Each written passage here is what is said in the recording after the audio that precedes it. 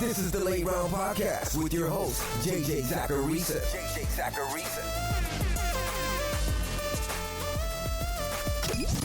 What's up, everyone? It's JJ Zacharisa, and this is episode 742 of the Late Round Fantasy Football Podcast, sponsored by FanDuel. Thanks for tuning in. Something that you get in the Late Round Prospect Guide is analysis on the Year 2 model. I know a lot of you have been listening to this show so far this offseason, so you know what that model's all about. For those who are unaware, it's a model that looks at the previous year's draft class and tries to predict how those players are going to do in years 2 and 3 in fantasy football. So what you should expect from Chris Olave or Christian Watson or Isaiah Pacheco. The Year 2 model tries to predict best season points per game in Year 2 or Year 3. And both models at running back and wide receiver are a lot more predictive than rookie season points per game itself. I built those models last year. They're pretty new. This offseason, I wanted to see if I could make them better. And that's what I've worked on over the last couple of weeks. And fortunately, I have made them better. I've tested, and they're now more predictive than where they were a year ago. That's especially true at wide receiver. At running back, things can get kind of wonky because running back volume comes down to a coaching decision. You hope that talented running backs win out, but if a coach says, I want a split backfield, then that can really ruin our predictions for that position. It's why both my prospect and Year 2 models are better for wide receiver than they are running back. The wide receiver one was revamped though, and I want to share some insights because it actually made me think about things a little bit differently. Now, I'm a firm believer that analysts should change their opinions all the time. When you get new information, you should react to that information. There's no reason you should just stick with a take no matter what. On the Sell Candidates episode about a week and a half ago, I talked about George Pickens. My stance on Pickens was that there were truthers out there, and those truthers may be under the assumption that he's in good shape to be an elite fantasy asset. While I think he has a good shot to be good, I didn't agree with that, and I still don't agree with that. Pickens has some things working against him. With that being said, this improved wide receiver Year 2 model likes Pickens a lot more than it previously did. And in turn, I don't think he's an obvious sell candidate. Pickens is right there with Christian Watson. Before, I had Watson a decent bit ahead of Pickens. So this new input matters to me because I know how predictive this model is. And then the reverse is true with Wan'Dale Robinson. I had him as a lower key buy candidate, but after looking at his Year 2 score, I'm not as bullish. He's still fine enough, but he's in a percentile grouping that isn't as strong as it was before. I'm bringing this all up because I want to be transparent and honest with you guys. That's what you deserve. My opinions on players will change, and you should be aware when those opinions are changing. And also check out the Late Round Prospect Guide. It's available for pre-order right now over on lateround.com. You get Year 2 model profiles, prospect profiles, and more. You can read more about it and pre-order it for $11.99 right now over on lateround.com. Now that that's out of the way, let's get to these questions. The first question this week is from Patreon. It's from Josh. It says, thoughts on Treylon Burks for Year 2. Love your work. Is it March yet? #prospect guide. Love to see it. So naturally, since I opened up the show talking about the Year 2 model, I figured I'd answer this question first. Treylon Burks is in the 90th to 95th percentile in that Year 2 model. There's definitely a big drop-off that occurs after the 90th percentile in the model. And there's a chart in the prospect guide that shows this drop-off. Basically, of the players in the 95th to 100th percentile since 2011, none of them failed to give you a season of 12 plus PPR points per game, which is pretty awesome. That falls to 22% with this next tier.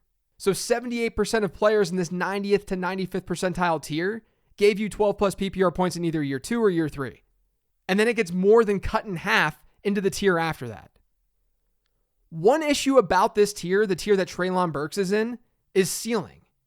I kid you not, of the players ranked in the 95th to 100th percentile since 2011, 52% of them have given us one season in either Year 2 or Year 3 where they scored 18 or more PPR points per game. This is where you're going to find Chris Olave and Garrett Wilson.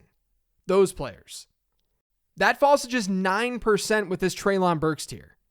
52% to 9%. So just 9% of these players are giving us a higher end wide receiver one season. Last year, 18 plus PPR points per game ranked ahead of CeeDee Lamb, so around that wide receiver 6, wide receiver 7 range. Now, I don't think this means that he's going to be bad. And these are just general guidelines. It just means that Burks has a bigger hill to climb to be elite compared to some of the other wide receivers in last year's class. And I think the market is about right for Burks in Dynasty. But I do think there are plenty of question marks if you're strictly looking at year 2. We know the Titans are ready to be a run-heavy team. And we're not even sure right now who's going to be throwing the ball in that offense. But generally, I'm buying second-year wide receivers in redraft who showed signs of being good as rookies. And Burks had a solid yards per route run rate last year. And it was on a team that wasn't very good through the air. He actually had one of the better yards per route run minus teammate wide receiver yards per route run rates that we've seen from 50-plus target rookie wide receivers since 2011. Basically, that shows us that he was pretty efficient given his situation. I would assume that Burks' ADP is going to reflect this poor offensive situation, assuming that it stays looking not very good. And since we know year 2 guys are good bets, sophomore players in the NFL at wide receiver are good bets, he's probably someone I'm going to end up drafting, as long as that cost is reasonable.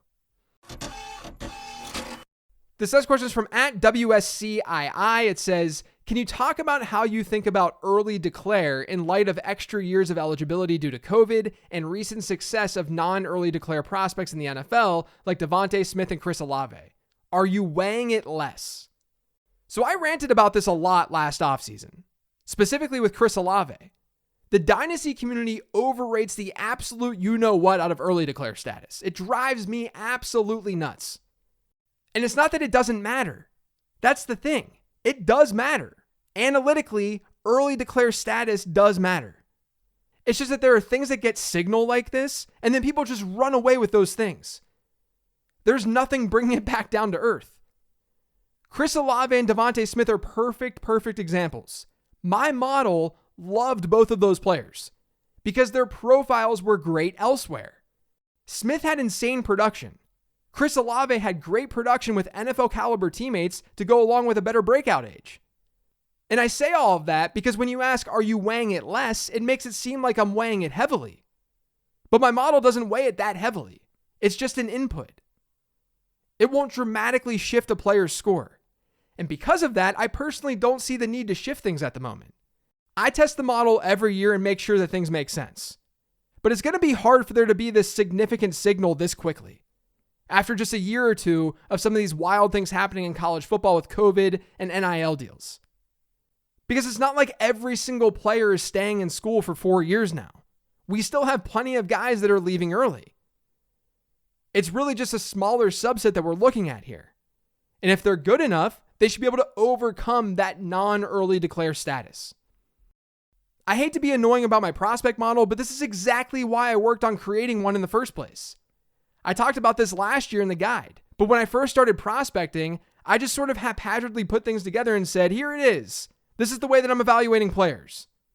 Until finally I realized that I needed a real goal. That goal ended up being trying to predict how well a player would perform across his first 3 years in the league. And when you have that goal in mind, and when you can actually test things to ensure accuracy, everything changes. You don't get as concerned about these one-off metrics because you realize that everything really works together. Chris Olave wasn't an early declare. Okay, yeah, sure. He gets knocked slightly within the model. But guess what? He was still a 98th percentile prospect in that model because of his teammate score, his production profile, and his draft capital. It made absolutely no sense to write him off because of that one singular thing. So that's how I approach this kind of thing. We need more nuance with prospect evaluation, with numbers-driven scouting. Throwing dudes out because they don't check a box is an easy way to lose. This next question is from @TheBirch. It says, is Jahmyr Gibbs coming up as elite in the model? Receiving production definitely matters within my prospect model, but draft capital matters a ton too. More so at running back than at wide receiver. And right now, Gibbs is looking good as the number 2 back in this draft class from a draft capital perspective. Consensus big boards over on NFLmockdraftdatabase.com have him at 29th overall. Regardless though, there's a big gap over there from Gibbs to the next running back. So he's getting boosted by that projected draft capital. And in turn, he's almost a 97th percentile prospect in the model. And that's a tier that you definitely want your running back to be in from a fantasy perspective. 60% of running backs in the 95th to 100th percentile end up seeing a 14 plus PPR point per game average when averaging out their top 2 seasons across their first 3 years in the league. I know that was a mouthful. I know that probably didn't make that much sense. But basically, you're getting like multiple mid-range RB2 seasons from players in that tier the majority of the time. That's across their first 3 years in the league. If the draft capital shifts, then obviously the evaluation shifts. This is still very early. It's still only February. But he does seem like a great bet at RB2. This next question is from @JacobDeal_film. It says, after the top 2, is there a clear tier 2 of incoming running backs? Seems like there are 6+ all in a jumble. So again, it's still February. It's still early. But I personally think there are fewer than 6 running backs in that next tier. Right now, I've got Zach Charbonnet as my RB3. I think he has the potential to be pretty good. We'll see what happens at the combine, but of the players ranked after Bijan Robinson, Charbonnet had easily the best comps in the model. James Conner was his top one. Kareem Hunt was one of his comps. And then there was Devontae Booker too. But he's the one player in that next tier who's got the right size to be a bell cow. I like A-Chain, but his size profile is scary. Deuce Vaughn looks really good analytically, but he has major size concerns. Charbonnet doesn't have that. I do think that Sean Tucker and Tank Bigsby, they might be in that next tier with Charbonnet and A-Chain too. And I'm not ready to put Zach Evans there for reasons that I talked about in the show earlier this week. But I think Charbonnet is the clear RB3 right now. I like some of the other backs around him, but he's got the more obvious NFL bell cow profile. Now, the last question this week is from Twitter, and it came up during a conversation that I was having on Twitter. For some background, Kyle Yates of Football Guys tweeted a simple poll out on Wednesday. He asked, what would you rather have in a single quarterback dynasty league, the 103 or Drake London? And my response was that I would love to hear the 103 argument. Most people who are on the 103 side seem to prefer JSN or Jackson Smith and Jigba. But I don't agree. I don't agree with that. @Will McKenzie then asked a question that I thought would be really useful for the mailbag. He said, love reading your work, JJ. JSN looks so good in 2021 that it's interesting you rated Drake as the better prospect.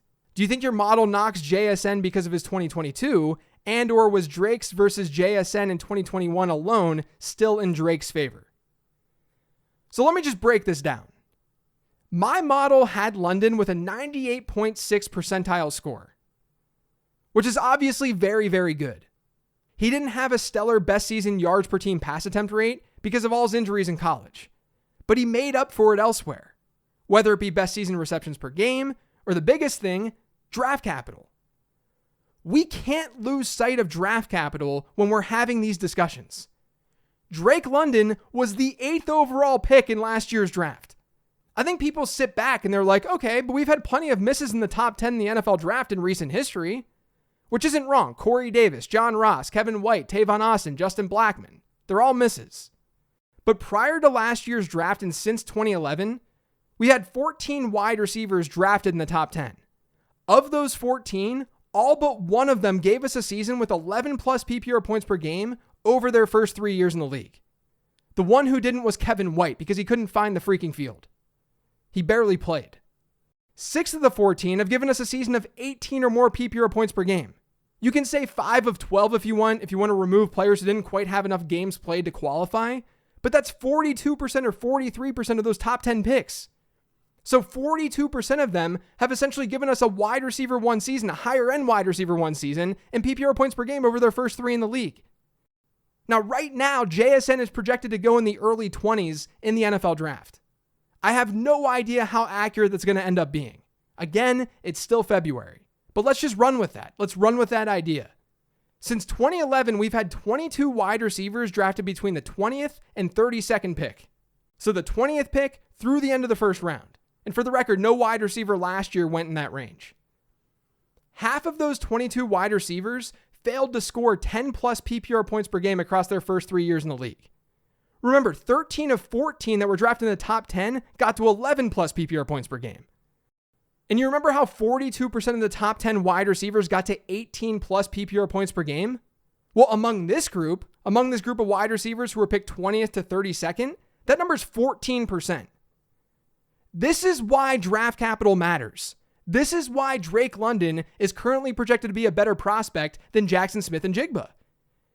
If JSN goes in the top 10, then there's absolutely an argument. And maybe that's what you're banking on, but it doesn't seem like that's a likely outcome right now. There's a component of talent evaluation that's embedded in draft capital. A team said, we like this guy so much that we're going to spend a top 10 pick on him. Drake London going 8th overall is not the same as JSN going 20th overall. There's a massive difference there, and it shows up in the numbers. Now, the other reason to like London over the 103 is because his season last year was a lot better than you think. Among 50-plus target rookie wide receivers since 2011, so these are only the good wide receivers because they got 50 targets as a rookie. London was 14th in yards per route run. He was 3rd in targets per route run. He was 2nd in target share per game. And he was 5th in yards per team pass attempt. Here are the players who were better than Drake London in rookie season yards per team pass attempt since 2011.